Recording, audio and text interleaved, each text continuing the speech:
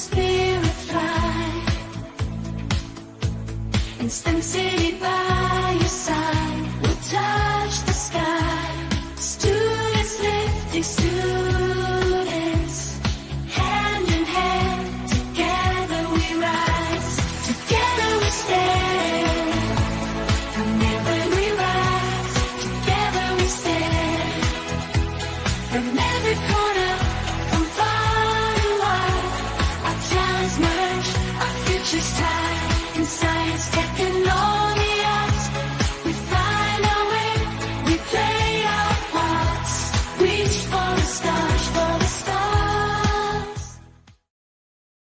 Good afternoon. I'm Moria, your BEYA Stars and Stripes Student Ambassador.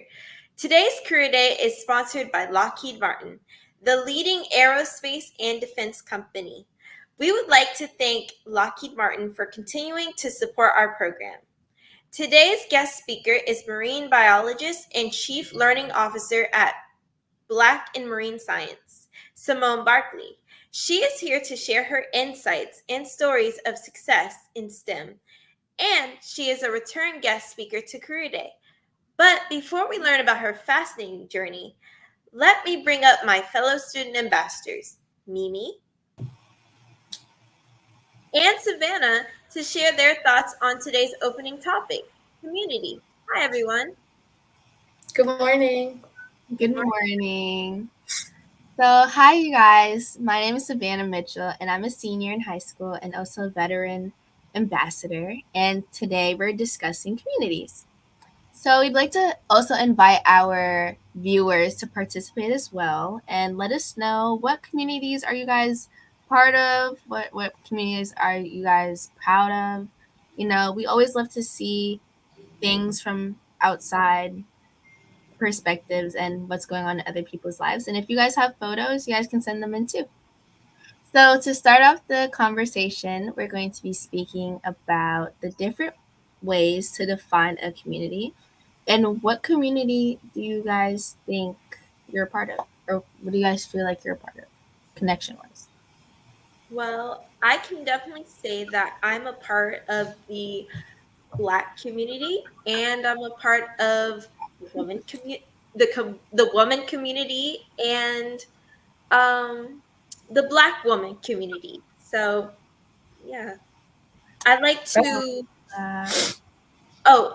To add on to that, I tend to look for people in my community, especially since I'm going to PWI.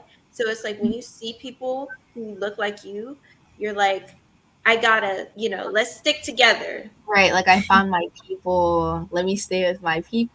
I mean, I feel like it's not really like a let me stay with my people thing, but you feel more connected and more safe when you're around people that look like you. Because with everything that happens in the world, I feel like you just need like a safe space sometimes, especially at the PWI. I feel like a safe space to talk about things and whatnot is always great. So, in that sense. What about you, Mimi?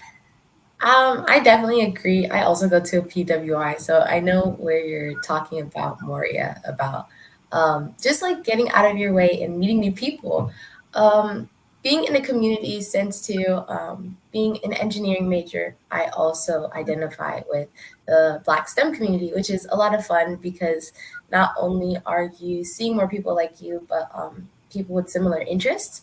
And so it's really cool, even if, it's not also part of the Black community. The STEM community itself is a very big area with a lot of other smart people. So it's really cool hearing everyone's interests and backgrounds, and being interested in engineering, that's already something you guys feel you have in common. So it generally brings us all together. Wow, I love that so much. The engineering, well, yeah, when you do things, you always want to have a group of people. It doesn't matter what it is. It can be engineering, it can be just being women, it can be like stuff like that. But you always have to have like a safe space. It's always great to have. Definitely. Exactly. What community are you a part of, Savannah? I would say I'm a part of the women community and this like the not really STEM community. I feel like more of like the business community or law community, because that's kind of what I'm focusing on now. And that community, but the community that I can definitely say I'm a part of is the fashion community. Now, that has nothing to do with STEM. That has nothing to do with STEM or being a woman, but I feel like when you're in the like in a fashion community, it's like I love seeing other people's like outfits. I love people giving feedback on outfits. I like seeing like, oh, what it was like what's trendy right now, what's in, what's out. Or like even just being like, what can we bring back? Like, oh my gosh, I would have never thought to pair these two things together. Like, I always love a good little girly compliment. Like, oh my god, girl, your outfit looks so good. Like, I love that whole community so bad. Love it down. So for me, that's what Yeah. I would say.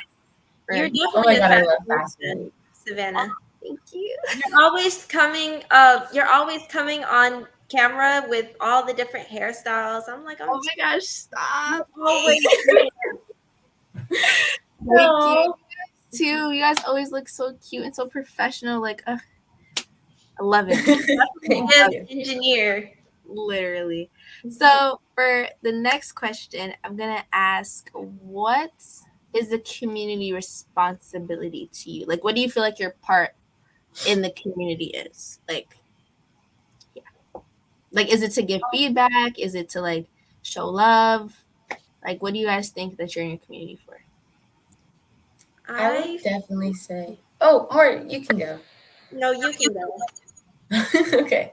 I would say, I guess, like being in a community, your responsibility in a sense is just helping those around you and, making everyone feel included, I guess when you say, like, for example, even with clubs or organizations, when you're already in an area or a group of people that have similar interests, it's also like up to you to keep everyone engaged and everyone and accepting everyone's ideas and being open to new ideas because if everyone one thinks the same, you'll never grow.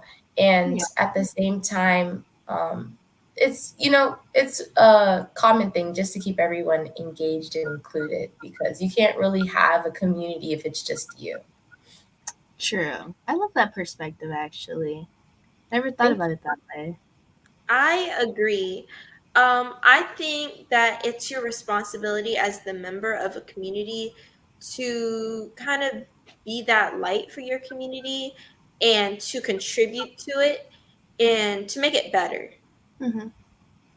I love that. I actually agree with both of those points. I was gonna say something kind of similar, but I think what I was gonna say is like for me personally, I feel like my responsibility in my community is for feedback. Like I love like not like in a judgy way, obviously, because that's not why you would want to be in a community. That's not progressive or anything, right? Mhm. But like just like healthy feedback. Like oh, like if someone was pairing like snake leather with like hot pink, I'd be like, oh, that's an interesting take. I'd be like, oh, okay, but I can see it though. Like it's like a constructive the vision is criticism, there. It's just right? not Vision is executed all there, right? Like I see your, the way. it's just not. That could also go for friendships as well. Like kind of because sometimes you have friends that they can't really take constructive criticism much, but I feel like going back to the whole community thing, like you have to be able to be there for people and give them that space to be happy and open. So, yeah. I definitely agree with that. Criticism is always helpful. Of course, it depends on how you execute it, but even so, the truth does hurt sometimes. It's always good so you know where your weak points are, so you know where you can grow and become the better version of you in your community. So I like you guys' answers. I think they were awesome. Thank you. Thank you. Thank you. I think it's on to you, Moria. I'm going to throw it to you. Oh, well, thank you, ladies, for this discussion. Um, and your openness to having these kinds of important discussions. Viewers, I hope we've given you something to think about, and we thank you for your participation. Now, on to Mimi with today's special guest, Simone Barkley. Thank you so much, Moria, and thank you so much, everyone, for listening to our discussion. I appreciate it, and I've had a blast. We are going to our next segment of the day, which is super exciting. My name is Mimi once again, and I am starting my first year of college, which is really exciting. And so we are going to bring up today Miss Simone Barkley for our presentation. Good morning. Good morning, Mimi. Good morning, everybody. Thank you so much again for joining us today. Yes, I'm happy to be here. Could you please take some time and talk to us about your career? Yeah, absolutely. Okay, I have some slides. Is that okay for us to go with? Awesome. Okay, y'all. So, hi, I'm Simone, and that's my handle on Twitter and Instagram if you want to follow me or reach out to me afterwards. So, it's just easy for me to put that there. So, it's at Scientist Simone because I am trained as a marine biologist. And let's go. Let's get into it. So, a little bit about me. I do a lot of different things, and the goal of what I'm trying to do right now, as I, share this information with you, is show you just how broad marine science is. Tell you about, how my career doesn't look one way; it looks many different ways. I do lots of different things, and the there are no like limits really. I really want you all to understand that like, you can make your career what you want it to be, even if traditionally it might not look a certain way. And so as I go through the things that I have participated in and done in my career, you will hopefully see that. And so I have my own business. I have STEM kits that I created for elementary school students. I am the Chief Learning Officer in Black and Marine Science, which is a nonprofit.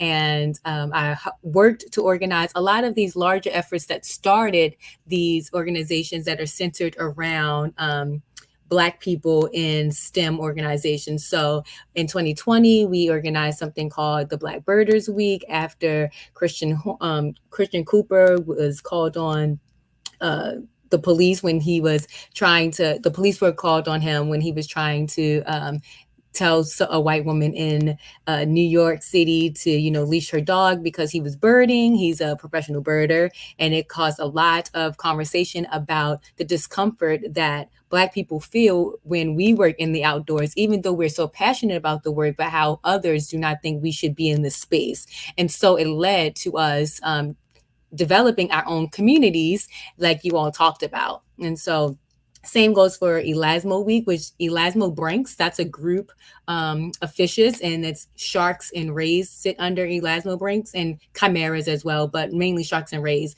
And I studied sharks, and so that's a very, very much so white male dominated field. So again, there was a need to create a community where we all felt safe. So next slide, please.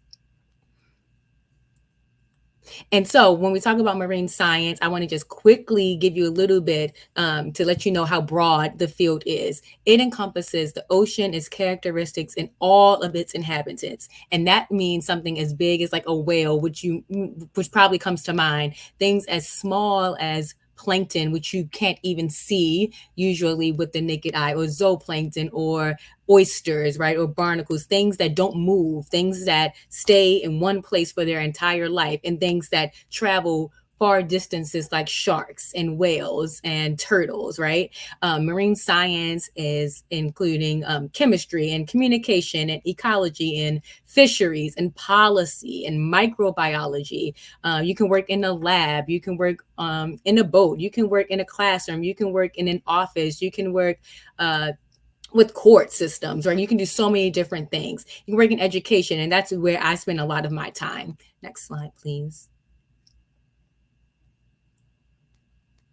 And so this is just to show you a little bit of the different things I've done as we go through these next couple of slides. So, one part of marine science is also advocating for fisheries, right? And fisheries are where people catch fish recreationally or commercially. And so we talk a lot about sustainable seafood. That means harvesting seafood for people to eat, but in a way that does not harm the species that you're catching and the species around them.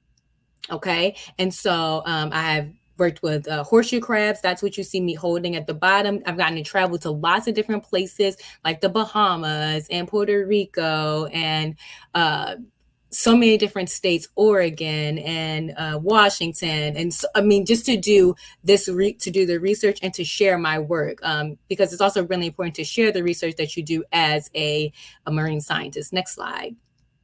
And so I am an educator and a science communicator. And so I do this through different avenues. I host a show called Ocean Today every full moon, and I tell people about different ocean topics with these shows. And we're going to play a short clip, just a really short clip, to like give you a picture of what it seems like when I'm hosting these shows.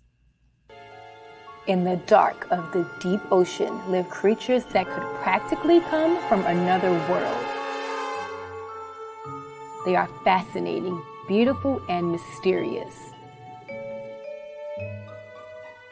They are so bizarre to us because they've evolved in an environment that is completely different from ours.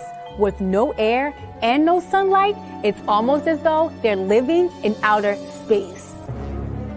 In near complete darkness, many generate their own light to scare away predators, capture food, or attract mates. Some have gigantic eyes, or none at all, or senses that can feel electrical charges. Some have built-in lures that attract prey and teeth that bite and never let go. They may be weird, but they are also amazing. Join us in their world as we creep into the deep. Let's get started. Yeah, so that's just to show you, that you can do work as a science communicator on green screen and live filming situations. I do podcasts as well. I host a podcast called the Planet Noah Podcast. And so there's lots of opportunities for you to share about the science that you do. Next slide. And I'm also a researcher. So I said I studied sharks. I studied sand tiger and sandbar sharks in Delaware Bay. I also studied blue crabs and the importance of them, as we know, right? Especially in Baltimore, where I'm from, in Maryland. Blue crabs are a really big deal to our economy because they bring in so much money because folks love to eat them. And so I had to research them to see how does low levels of oxygen in the bay impact the blue crabs. Are they able to survive when there are low levels of oxygen in the bay? So those are things that people might not think of that are really important, right, when it comes to making sure that we manage the fishery. So next slide. This is going to just be another slide of doing some work with sharks. This is a sand tiger shark right here. And this is a male. There are claspers there, like right under the fins. You'll see that there's like a piece of them that's pretty long. Those are called claspers. That's how we know it's a male. And what you see me doing with scissors is I'm taking a small clip of the dorsal fin. This is for a genetic sample so that we can log this shark and keep track of it as it grows and as it moves. There's a tag in here to identify it later. Next slide. So I spend a lot of time on boats. And then this will just let me flow right into this. I spent a lot of time on boats when I was in graduate school. That's me with other sand tiger sharks doing work with them. And then I went into a different program where I went to study policy, and I got to work in Washington, D.C. and did a lot of events at the White House. This was a while ago, but did a lot of events at the White House. And it was really cool to be able to recognize how different parts of marine science impact folks in their lives. And next slide. And so I got to do a turtle release and got to go to San Francisco where we learned about buoys and how they are and how we collect data from buoys. Next slide. You can go to the next slide. I kind of already talked about many of those things. And then this is something that's also different, but really, really cool. So I got approached to by Venus, like Venus Gillette, like the shaving company. And they reached out to me and wanted to give me funds to help out my community. So again, when you're talking about your community and what your responsibility is to your community, I agree that my responsibility is to, help others, provide feedback, to, help them if they have any gaps in, their resources, and I can provide those resources to them. Then what I like to do is do that. So I built a program where we had some young women come and I got to teach them about ocean science. And if you want to throw that video, it'll be the last video we look at for the Venus Wave Makers.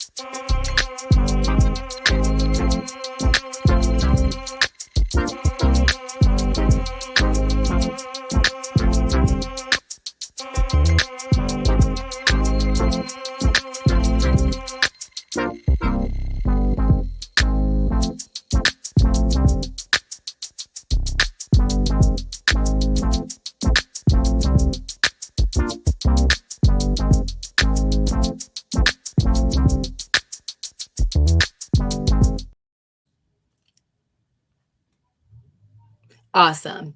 And so last but not least, I just want to reiterate, right, how vast this field is. I talked about how I've studied blue crabs and sharks and algae and horseshoe crabs, and I got to travel to so many different places to present my research. And only 2% of PhDs are awarded to people in geosciences, which is where marine science sits. So there's not a lot of people in it, and there definitely aren't a lot of Black people. Next slide.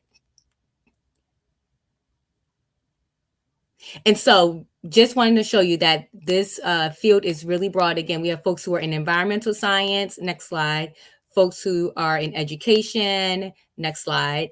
Folks who are in ichthyology. That's the study of fishes. Next slide.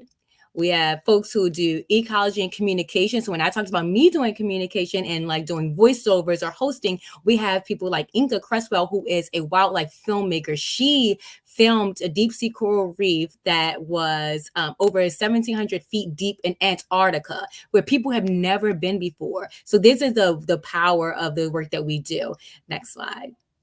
And so folks are in oceanography, maritime archaeology. This field is really large. You can just go to the next slide as I close, keep going as I close. And so I just want to show you all that there are lots of different opportunities. There's lots of different ways that you can make this work your own and help you to reach your community and to give them what you feel like they need. And that's what Black and Marine Science is all about. And so very happy to be here and looking forward to our conversation. Thank you.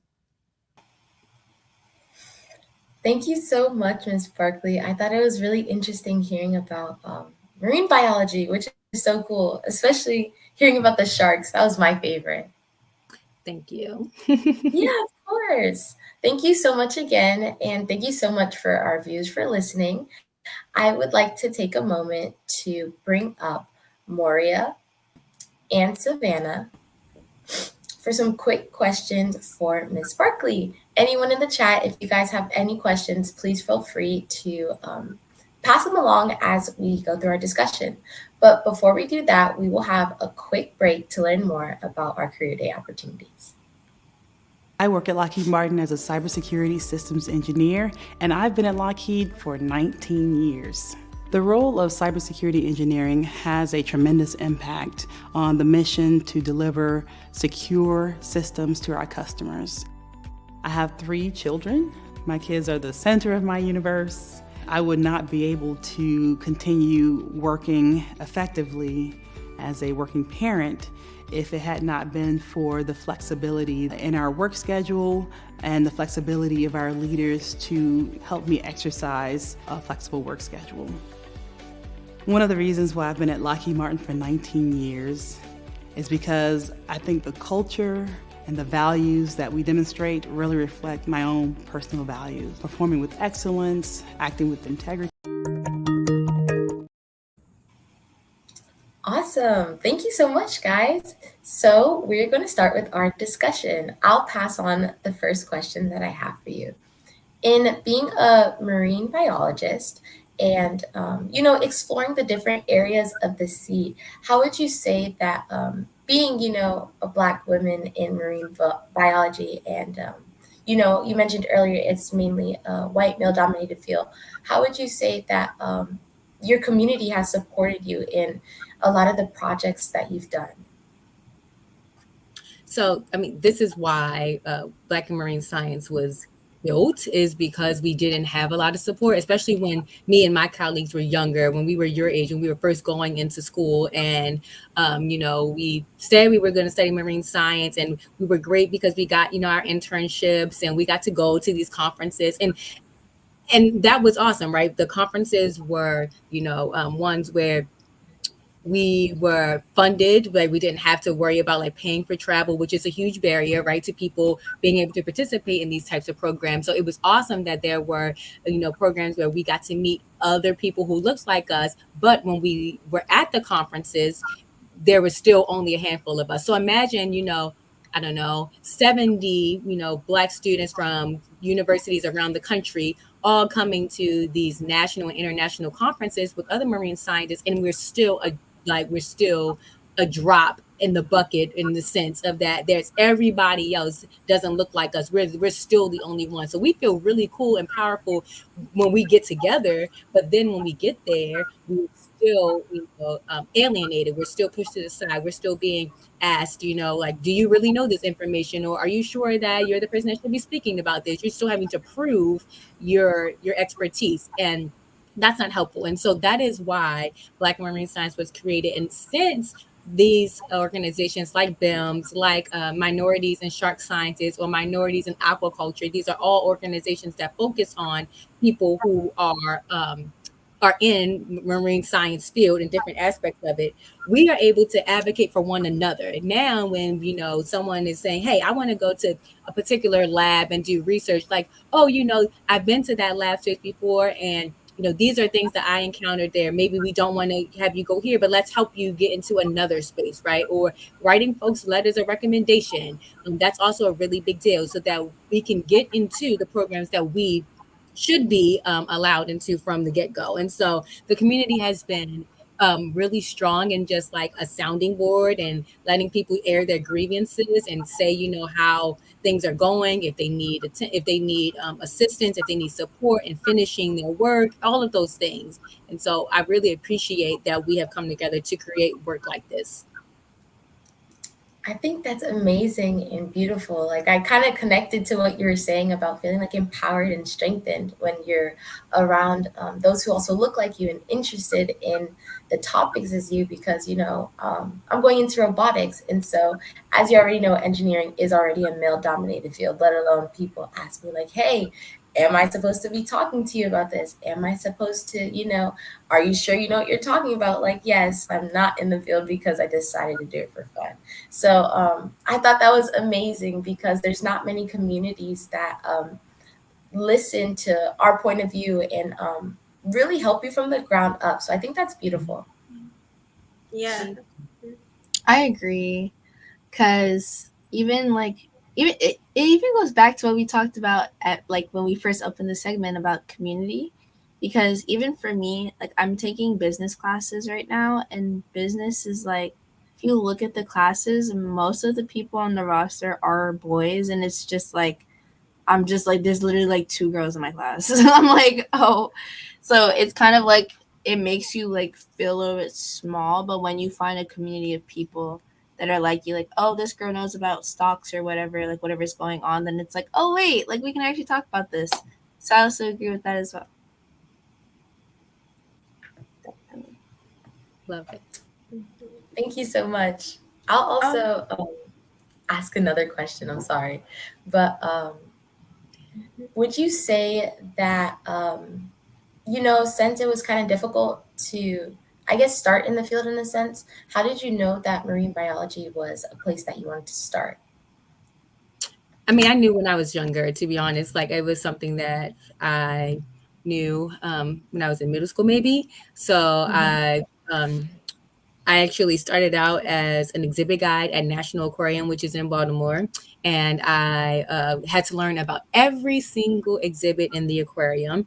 They gave us like this big binder, and I still have it, but they gave us like this huge binder. I'm looking up because it's like right above me, which is crazy because that was a really long time ago. But it's this Right. huge binder with all the animals and all the habitats. And we had to learn about all of them so that when guests came up, and they asked questions, they would expect us to know the answer. When you go to a museum or zoo or wherever, and you're asking a question about what you see, you expect that person to know the answer. So that was me.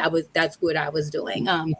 And so once I did that, I was like, oh, I love marine science. I want to do this. And I knew I wanted to go to a HBCU that had a marine science program. And Hampton University has an outstanding one. And so when I went to visit Hampton, that is when I was like, oh, yeah, I'm definitely going here and I'm definitely studying marine science. And so that, that's why I decided to do it. And so I and to be very, very frank, even though the like field um and sometimes the work was off-putting and sometimes alienating and frustrating, I will say that I was a recipient of a lot of different like awards and programs, and that I didn't have that hard of a time transitioning to different things because I was really open to me trying new stuff. So, for example, right, like I did work in something called the Conservation Job Corps, where did work in a state park, and so that's not necessarily marine science, but it is about the outdoors. It is about nature. It is about connecting to your space. It is about building new materials so that we would like refurbish the trails, for example. There are all kinds of things that we were doing. And that same work can be applied to when I was doing work with sharks because we had to build our gear that we would use with the sharks. And so even though, it might not always seem linear, there are lots of connections that I think that you can make with the work that you do. And Savannah, when you were like, I like fashion and that's not STEM, girl, yes, it is. Fashion is absolutely related to STEM and it's related to marine science too. When you talk about like the way that materials are put together and then what happens after you wash materials repeatedly, how that Oh goes into yeah. like all of those things are connected. And so I think that that's also something that I try to drive home is that like sometimes the connections don't seem that obvious, but there are so many ways that all of these things are just feeding off of one another. And if we can be conscious of that, I think that we would have a lot better chance at making sure that like our environment is safer, it's cleaner, it's better, because it does impact all of us in different ways. And you can absolutely be I'm just gonna say fashionista. That probably sounds old, but you can still be somebody who cares about fashion, right? And not be contributing to fast fashion or to like that supply where like you're constantly buying new things over and Yeah. over again. You can still do that without. You can still care about fashion and care how you look and wear nice things and all of those things without being one of the contributors to those things. Yeah, definitely. There's definitely thrifting. I love thrifting actually. Mhm. Like I like sustainable things because and then like when you look back at it, and also I like having like things that other people don't have. So like I love Mhm. having something old and it's like, oh y'all definitely don't have that. Bye. Like I love that so much. So and it goes back to contributing to the earth, global warming and whatnot is definitely an issue and we should always care about our community and where we live. So I definitely think that's important too. I actually have a question for you. This is more of an opinionated question. Okay. So, as you are a marine biologist, what do you think about like the whole like only 25, I think like only 25% of the ocean has been discovered really. Yeah, it's probably less, but yes. Yeah, like what do you think about like them discovering it like more in the future? Do you think that they would go through with that? Or like I don't know. I just wanted to hear someone's professional opinion because I'm like, to be honest, I'm kind of scared of what's down there. I don't know. They could be finding like a crazy looking creature and it's like we shouldn't have looked at that. But then again, for science, it's always good to explore. So what do you think? Okay, so yes, the much of the ocean, more about 30%, but I mean in real life, that's what they're gonna say on paper, but for real, it's less than the ocean has been explored. And the reason that hasn't been explored is because the ocean is hard to get to, like to get to where most of the water is in the ocean, which is in the deep ocean. To get into the deep ocean, you need to be in a submarine, need to be in a special vehicle, right? And those cost a lot of money. There aren't that many of them out there, right? And so it's really hard to get there. And it costs a lot of money to run those like expeditions as well. So it's Definitely. just it's just the reason that it hasn't been explored is because it's hard to um to learn about everything that's in the ocean. I don't know that we will ever explore all of the ocean. I mean, I don't think that we will. I don't think that we have the capacity. I don't think we have the resources. I don't think we have the time. I think that you're right, that there are definitely probably things that we don't know about. But the cool thing about the ocean is that, like, it can tell us so much more about like life and the earth gets a lot of times can get created, and we can use things that we've learned from the ocean to apply to us. For example, right, like we learned about or I've known that sponges, for example, they can use some sponges to create, like, to do cancer research. And so, like, we have to be studying the ocean the same way that the Amazon, if you talk about like the Amazon rainforest, the Amazon and those plants in there provide a lot of medicines for us. And the same can be said for what we learn in the ocean. Sharks, for example, have really, really amazing their skin is called dermal denticles. And so, like, it's not regular skin, but like anyway, it's called dermal denticles. And so, and it feels like sandpaper. But the cool thing about the dermal denticles is that it reduces drag. So like that helps them to swim through the water faster, easier. And so some Olympic swimmers, they have like their suits have modeled after what dermal denticles look like. The material is made in the same way. Some boats have that same thing. So I'm bringing it up to say that we learn so much from the ocean. We have to keep exploring the ocean. The ocean provides so much to us. It provides our oxygen. The oxygen you breathe, yes, comes from trees, but also from the ocean, because the ocean has plants, the ocean has phytoplankton, and they produce oxygen. Like That is 50% of our oxygen. That's a lot because most of our planet is water. So most of our oxygen comes from water, from the ocean. So that's a really big deal. Food, like I talked about, sustainable seafood, right? And then also, like I'm just mentioning, right, like food, or medicines, or things that we can apply in our lives. So I think that the ocean is scary, because I agree, the ocean can be very scary, but it also is so empowering, and it's so freeing, and it is beautiful, and it can help to calm you. It can do so many things for you. And so I really hope that people are excited about the ocean, and even if you're scared, it's just like still spend some time there, because I mean there is nothing better, I think, than sitting on the beach or anywhere, right? It doesn't even have to be the ocean, right? It can be a lake, a river, whatever, but water holds so much power. Yeah. Mhm. Excuse me. Can I ask one more question before we close out? Um, Yes.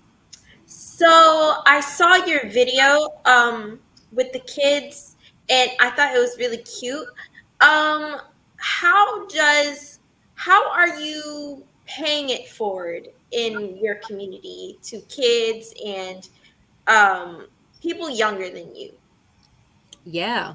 So thank you. I mean, I was really excited when Venus and Gillette reached out to me to say that they wanted to give me funds to do something that I wanted to do. I didn't have to do that, but that's what I chose to do. So to answer your question, right, like I want to give back as much as I can. And so for that event, I wanted to make sure that young women in my area knew about science and that they saw people who looked like them teaching them. And so I asked my friends who are also marine scientists and also educators for them to, do interactions with the students. And I think that that is also a way that I try my best to give back, to pay it forward, is not only about younger people, but it's also about my peers. It's also about the people who are with me along this journey and how they can advance themselves, right? So I wanted them to get an opportunity to, talk about the science that they do. I have a mentee, for example, who I asked to participate in that event. I have a mentee who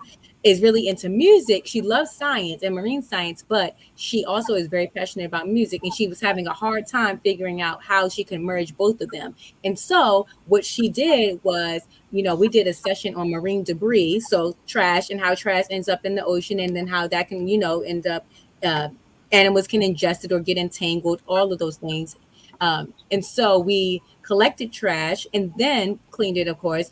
And then she used it to help the students make instruments. And then they made a song. So, like, that's something that is really interesting. Something that I think empowered her to feel like, hey, I can still do music, or I can still talk about music or show my passion for music while also being a scientist. And since we did that, she really gained a lot of confidence. And now she's in a whole fellowship program on environmental science that we just got her into. So, like, that is how I pay it forward. I do my very best to be like a sustained mentor. I'm not a mentor that, we kind of do one-offs. I am connected to my young people forever, as long as they want to be, as long as I want to be, we locked in. So that was years ago, and now we still rocking, and so that's what I try to do. My STEM kits, that's another way I pay it forward. I gave those STEM kits out for free to lots of schools in Baltimore City, so that kids could do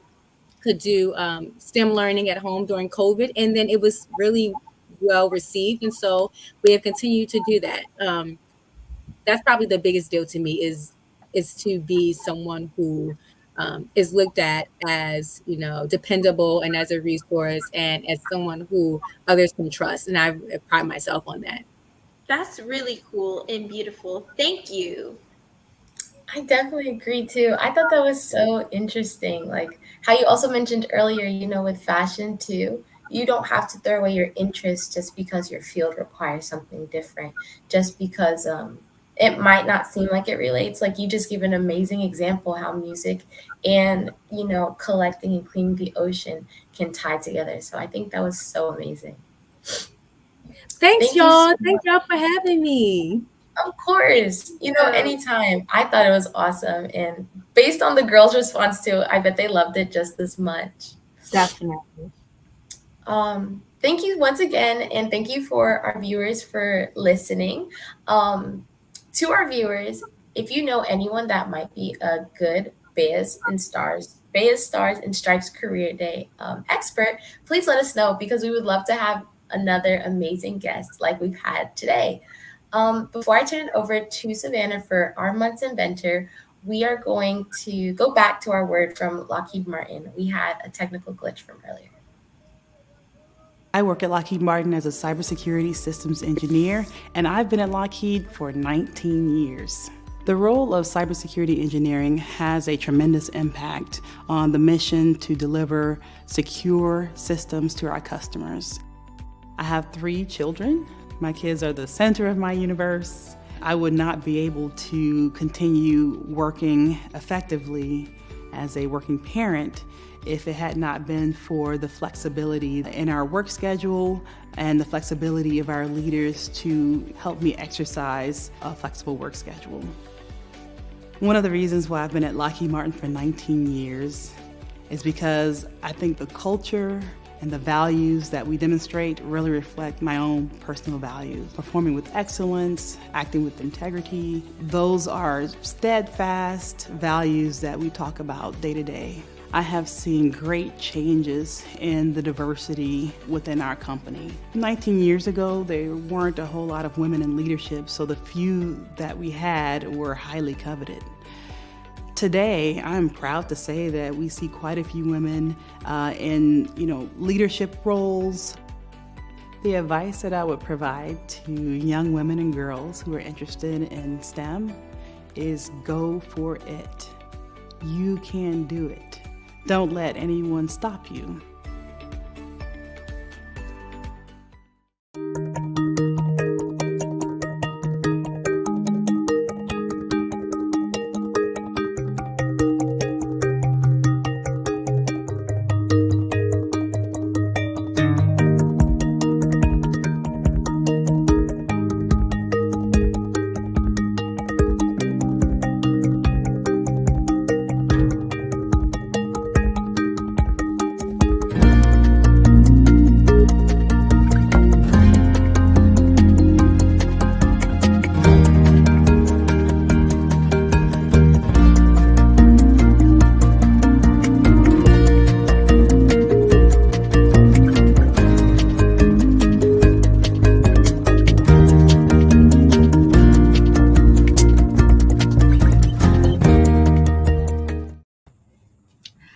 Hi everyone, it's Savannah, and I'm a senior in high school, as I've said previously.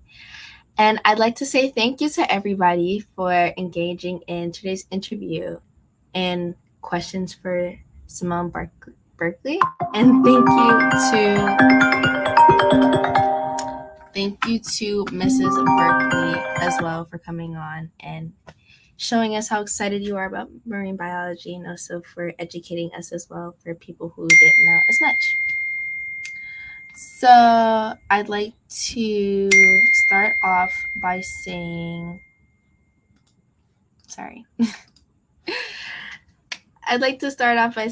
let's learn about another talented STEM inventor, Dr. Roger Arliner Young, pioneering doctor of zoology. Dr. Arliner Young was the first African-American woman to achieve a PhD in zoology. She was a researcher and an activist who fought to eliminate racism, sexism, and classism, which still go on today. Young grew up in Pennsylvania before attending Howard University, where she studied under Ernest Everett Just. The two of them formed a strong bond of mentorship and support, and just encouraged her to stay in the sciences and helped her find funding for her graduate school. After beginning her PhD studies at the University of Chicago, Young completed them at the University of Pennsylvania, where she received her doctorate in zoology. She was the first Black woman to publish in the journal Science, but was excluded from the authorship on numerous papers to which she contributed to throughout her master's and her doctorate studies. Today, she is remembered for her scientific contributions, such as describing internal structure of a single-celled parasium, and I'm guessing that's an organism, and for the examples of how she fought racism and sexism, and she encouraged and what she encountered throughout her studies in her career. Her legacy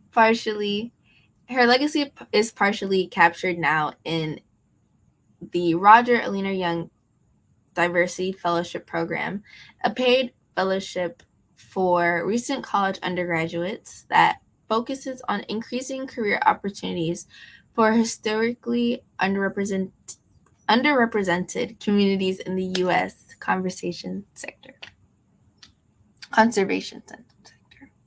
So sorry.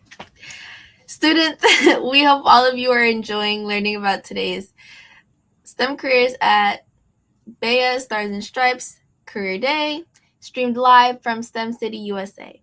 Not every pioneer has an easy path forward, but the stories like today shows how people can achieve greatness even in the face of great challenges, which should also be something viewers should take from today. Now, we'd like to hear from you. Tell us your thoughts about today's STEM inventor and how they inspired you. Keep searching for new opportunities to learn. You never know where they will take you. Next month, we will share another STEM inventor who has changed our lives through STEM. Let's take a quick commercial break to learn about STEM City USA. What if you could build your own city? A place where every child can find nurturing people to help them achieve their full potential. A place where every adult can access job training support, where health education is abundant, where social justice ruled the land. A place without limitations. Welcome. You have arrived at STEM City USA. It is what every city should be. A safe and trusted community where you find people and resources to help you become everything you are and beyond. STEM City is unlike anything you have ever experienced. It is a digital twin of the world around you, only better. STEM City is about energy and soul renewal. It is more than a digital world. You can almost feel the power of live cultural events, music, and theater. STEM City promises a better future for children with caring mentors and hands-on activities with dedicated tutors to support our youth. STEM City is your passport to a healthy lifestyle with weekly events addressing our community's many issues. STEM City is your financial well-being with helpful information on wealth management, career advancement, job training, and so much more. STEM City is the community you deserve. It is the city where your dreams can come true. STEM City USA, a place in the sky that is accessible to all who reach for the stars.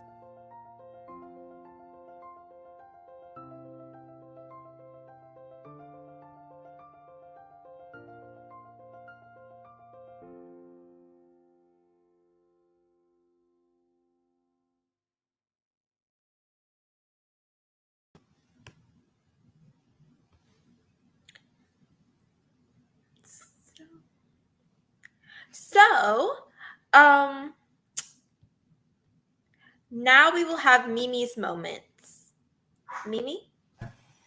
Hi, Moria. Hi. Okay, so hello everyone. Welcome back to another Mimi's Moments. It's been a while.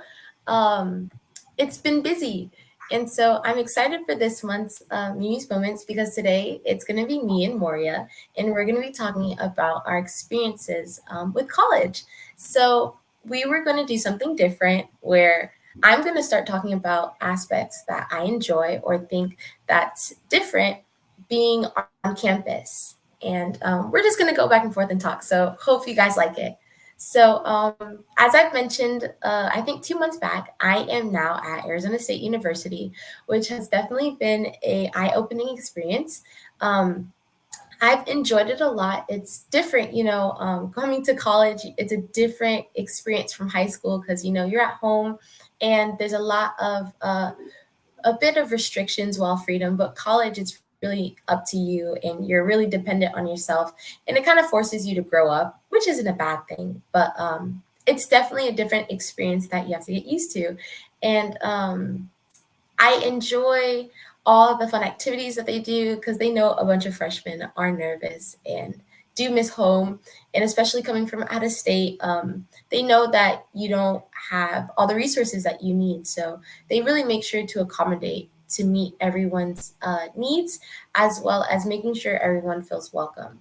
So how would you say, Moria, first, a little bit of background of your educational standpoint right now, and what would you think is the pros and cons about doing college from a home perspective? So now I'm a sophomore in college. I'm going to Santa Fe College in Gainesville. And um, I feel like it's been a ride. Like I feel like every semester feels like an individual season. I was talking to my friend about this earlier. It's like every semester feels like a season in a TV show. And Yeah. so when I first got there, I felt very I felt very green. I felt very new, very fresh. I didn't know anybody. Um Yes. so I just kind of had a sense of being nervous. But as the semester progressed and then new semester, you meet more people and you kind of get into a groove and it kind of gives you more of a sense of confidence, I feel. And That's awesome. yeah, and you meet a whole lot of people. Some people you like, some people you don't like, some people you fall out with. um but it's definitely fun. Definitely fun. I feel like for the first 2 months, I was kind of like sticking to myself, and I was kind of like going from library to cafeteria to classes, like just staying in this triangle. But then I started branching out, joining clubs, and yeah, you kind of get into some drama with people. But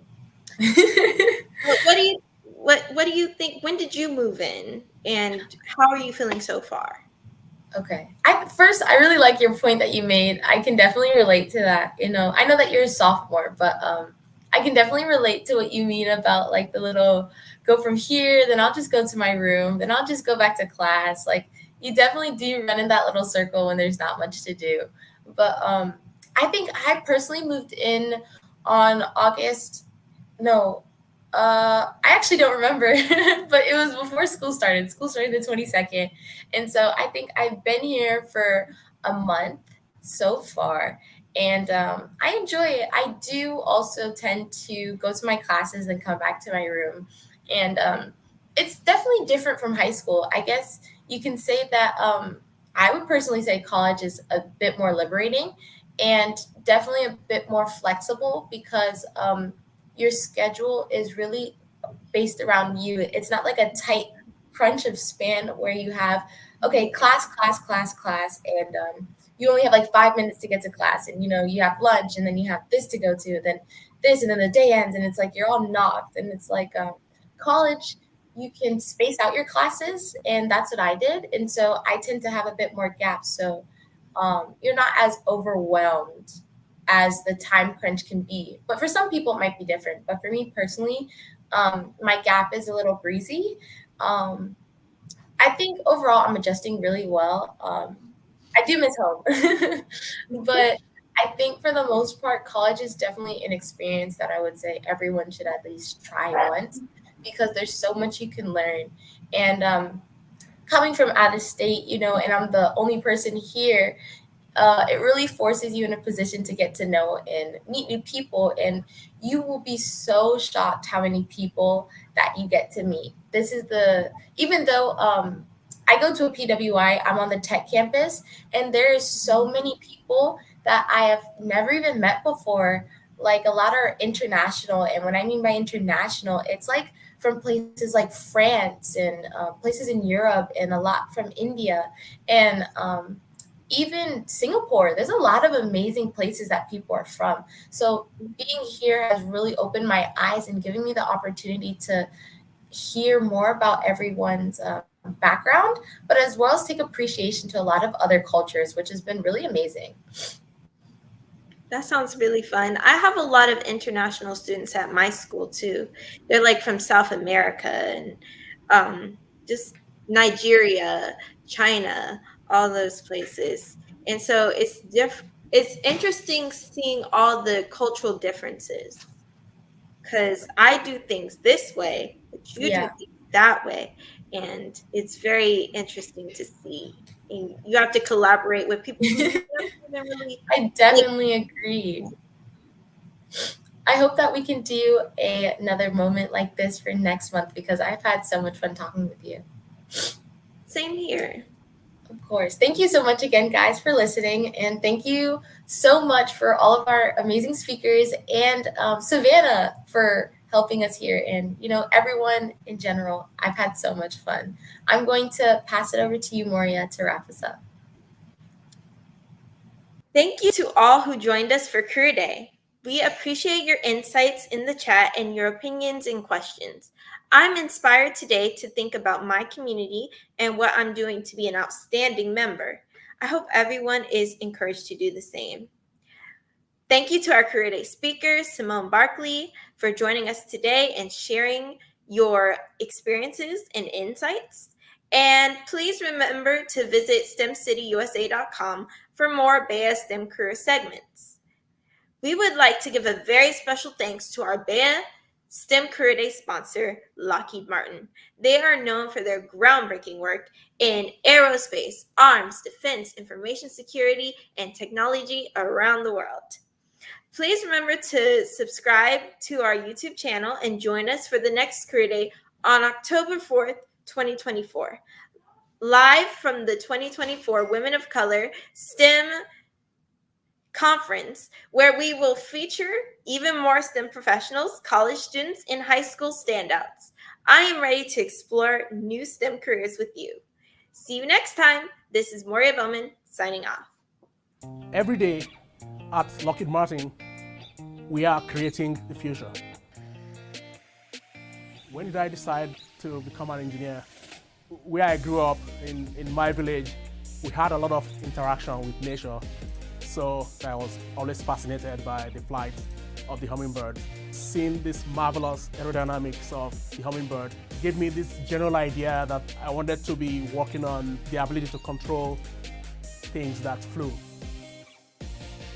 I've had this long running curiosity, I still do today, of asking the question, why is this the way it is?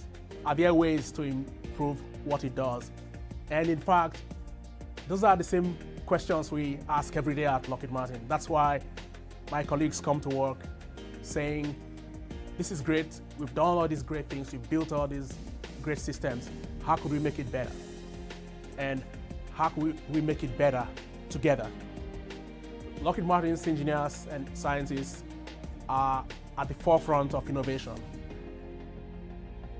Everything from AI and machine learning to hypersonics to directed energy. Individually, all these are really critical capabilities that we need to develop. To actually deliver something ahead of ready to our customers, it takes pulling these pieces together into an overall mission capability. What we are doing here matters to our nation, to our nation's security.